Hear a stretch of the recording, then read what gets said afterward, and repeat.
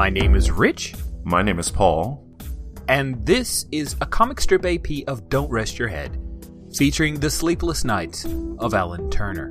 When we last saw Alan, he had traveled back to the tire factory and re-entered the Mad City. He had a brief conversation with Mr. Locke of Lock, Stock, and Barrel, who warned him that Officer Tock has a warrant out for his arrest. Alan went out of Lock, Stock, and Barrel looking for a way towards the domain of the Magnificent Howler, because that's where Honeycombs, his friend, where he believed her to be. Ended up going to a place called the Bizarre Bazaar, a open-air, weird little flea market, where he met a girl who sold him a map. She told him that the map would never be wrong, but often you don't wish for it to be right. He saw that there were a few coppers, who were minions of Officer Tock, who were looking for him, and so he sang a little piece of the Nowhere Man and was able to sneak away. And the last thing that we saw was that Alan Turner, following his map, he was overlooking a moonlit bay, and he saw a dock. At the end of the dock is a boat with a single sail. We pick up with Alan on this boat. It's a single sail flapping in a very strong wind, and we hear a crack of thunder that rolls and rolls and rolls. Another wave splashes Alan in the face. How much sailing experience do you have, Alan? None at all. What are you holding on to, or what are you doing to try to make your trek here across this unexpectedly tumultuous little bay? Holding on to the rail as tightly as I can, and I also have purposely wrapped my foot in a coil of rope that is attached to something. Attached to something. Excellent. Not an anchor, because that would be terrible. A bollard, or whatever they call it. Awesome. You are far greater a seaman than I, sir. So we'll go with bollard. As you look across the bay, of course, you have the map stuffed into a pocket. You have very little visibility, but you are able to see occasionally lightning strike across the bay, and it lights up the entire horizon. And you see that there is an outcropping of rock standing on top of that rock, and it is perhaps a football field away. There's a lone figure cast in shadow with long dark hair, whips about their head in this torrential wind and rain. Now, you, being in the Mad City, using your music as you have learned a bit about what it takes to accomplish things. And it is not going to happen by your sailing ability. Yes. So I'm going to say that making your way across this bay safely to where the map has shown you, you can come onto the rock concert that the Magnificent Howler is holding. That is going to be a pain of 5 that you are facing, sir. Wow. Okay, I have 4 exhaustion and 3 discipline to start. I am going to throw in 3 madness. Okay. I think, 3 madness fits? I'm going to throw in 3 madness. I have rolled. I have 5. You have 5 successes. That is awesome. Yep. 3, 5, 6, and 4. So it looks like exhaustion dominates for you, and for me, 3 5s. So it is exhaustion that dominates the roll. Now, if exhaustion dominates, your resources are taxed, and you increase your exhaustion by 1. That is terrifying, maybe for you. It is for me, because you already are at an exhaustion of 4. This takes you to your 5th exhaustion. If you ever exceed exhaustion, you crash. Right.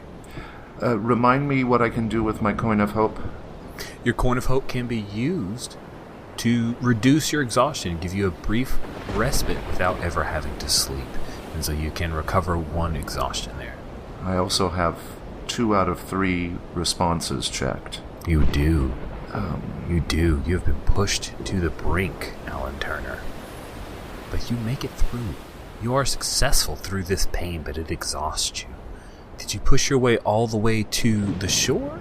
Across and past the outcropping of rock? Is that what your goal was? I assume yes. Yes, and I'll tell you what that looked like since we talked through the mechanics. Not surprisingly, the first thing to come to mind is Bridge Over Troubled Water, but it's not Simon and Garfunkel's. It's the Aretha Franklin version. Ooh, interesting. The very gospel-y kind of version. I'm not singing loudly. I'm not even trying to. Through this pain and through the exhaustion, I'm almost singing for myself. It's the very definition of what this power starts off as, is changing the emotional state of someone. And so I'm using it on myself just to maintain my resolve and drive. So I'm just like a bridge over troubled water, I will lay me down. As you come closer to the shore, you pass that outcropping of rock, and you swear you could almost feel the eyes of that person, with the hair whipping about their head, boring into you as you pass underneath them. They're not unlike a siren. You come up to the shore. You see there's no dock here. The storm abates, and it breaks, and things become much calmer as you come towards the shore, and you can hear the waves lapping across the sides of the boat, and there's just a light roll of a wave as it crashes into the shore. This is a bay, it's not a full-on ocean. And hop across, sploosh into the water. Do you pull the boat up, or do you just leave it to drift however it may?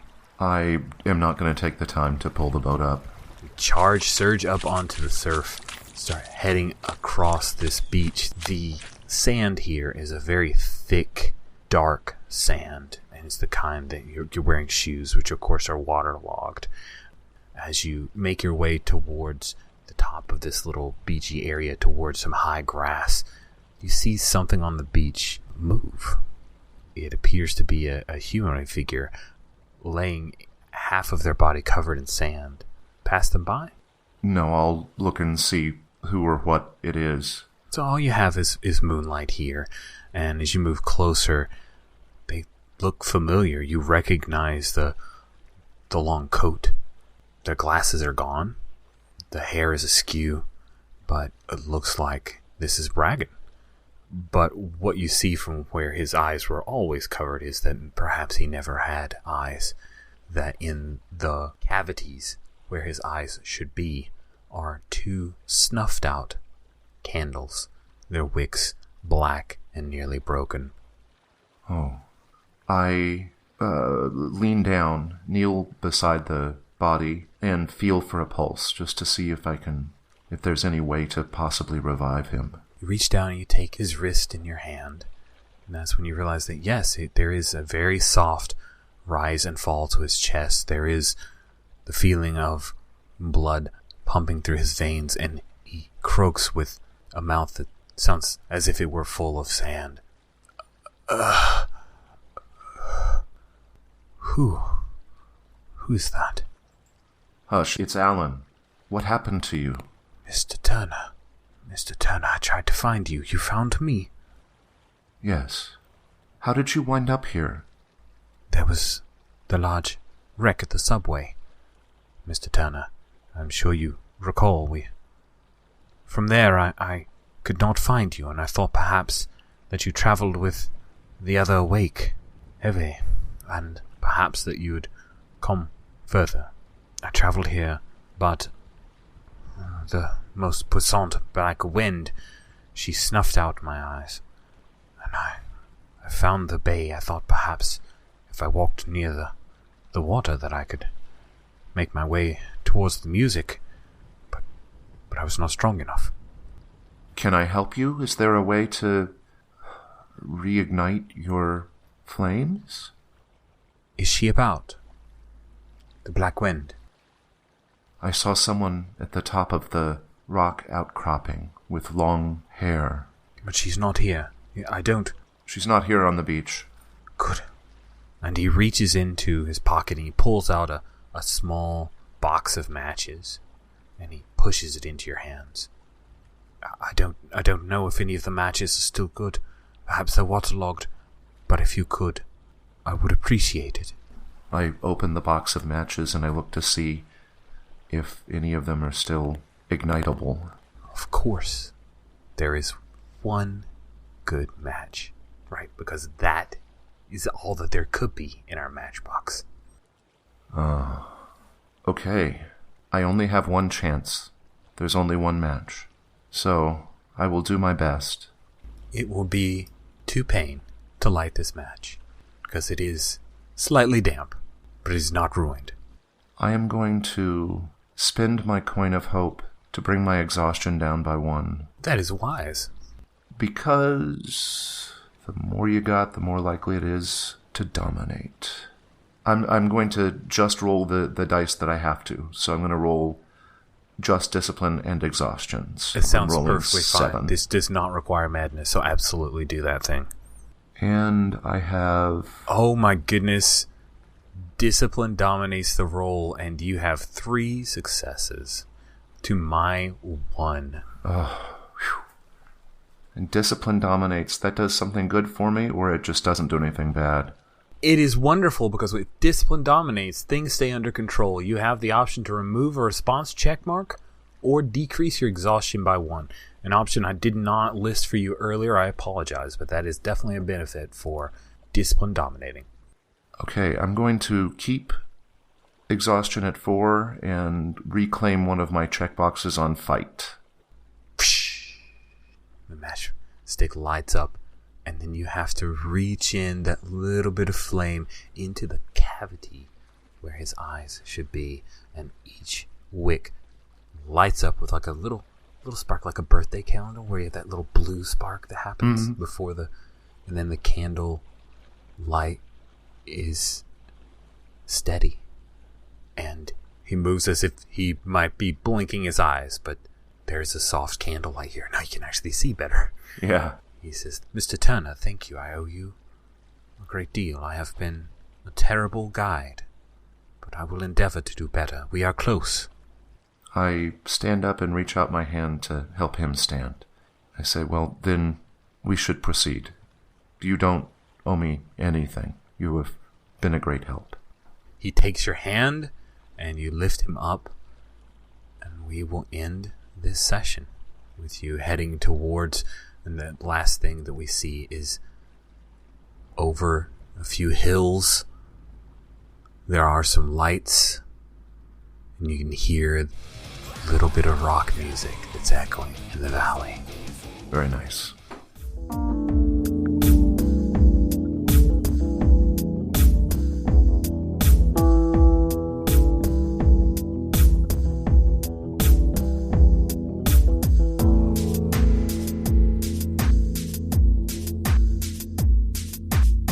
Hi, this is Jason from the Gauntlet. If you enjoyed this episode of Comic Strip AP, be sure to check out our YouTube channel. We have many other Comic Strip AP shows available, each organized in their own sequential playlist for easy listening. Just go to youtube.com and search for Gauntlet RPG.